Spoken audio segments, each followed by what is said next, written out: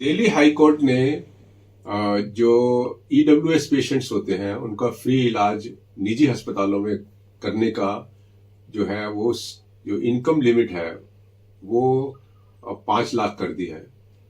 तो इससे कई सवाल उठ रहे हैं, जैसा कि कुछ लोगों का पूछना है कि क्या इसका आयुष्मान से क्या लेना देना है। देखिए, ये जो स्कीम है ये सारी और स्कीमों से इंडिपेंडेंट है, इसका किसी से कुछ लेना देना नहीं है।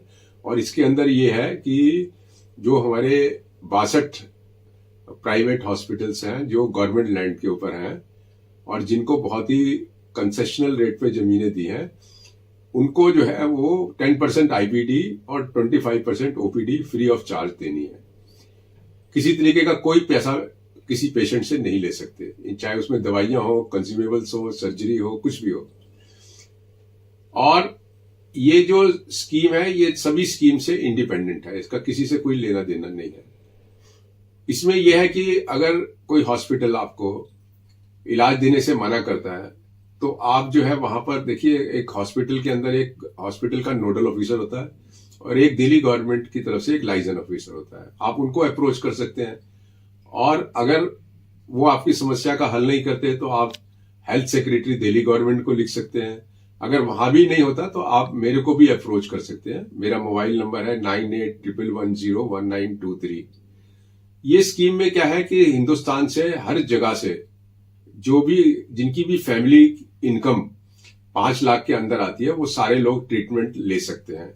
और इसमें जो है डॉक्यूमेंट्स क्या चाहिए होंगे, डॉक्यूमेंट्स इसमें या तो आपके पास कोई राशन कार्ड है तो चल जाएगा, नहीं तो आप इनकम सर्टिफिकेट, और इनकम सर्टिफिकेट जो होता है वो रेवेन्यू डिपार्टमेंट बनाता है। तो जिस राज्य से भी आप हैं वहां के राज्य से आप जो है रेवेन्यू डिपार्टमेंट से अपना इनकम सर्टिफिकेट ले सकते हैं। एक और भी है कि अगर आपके पास कोई भी डॉक्यूमेंट नहीं है और आप 5 लाख की लिमिट में हैं तो उसका भी एक तरीका ये होता है कि एक अंडरटेकिंग होती है जहां डिक्लेरेशन देना पड़ता है आपको कि आप जो है आपकी फैमिली का इनकम जो है 5 लाख से कम है। तो वो भी आप कर सकते हैं, लेकिन अच्छा होगा कि अगर आप अपना इनकम सर्टिफिकेट बना लें, क्योंकि उसमें कई बार क्या होता है कि हॉस्पिटल वाला ऑब्जेक्शन रेज कर सकता है। और उसमें ये होता है कि अगर हॉस्पिटल वाला आपको एडमिट कर लेता है तो हॉस्पिटल वाला जो गवर्नमेंट का लिंक हॉस्पिटल है उसको इन्फॉर्म करता है और लिंक हॉस्पिटल वाला आके उसको वेरीफाई करता है।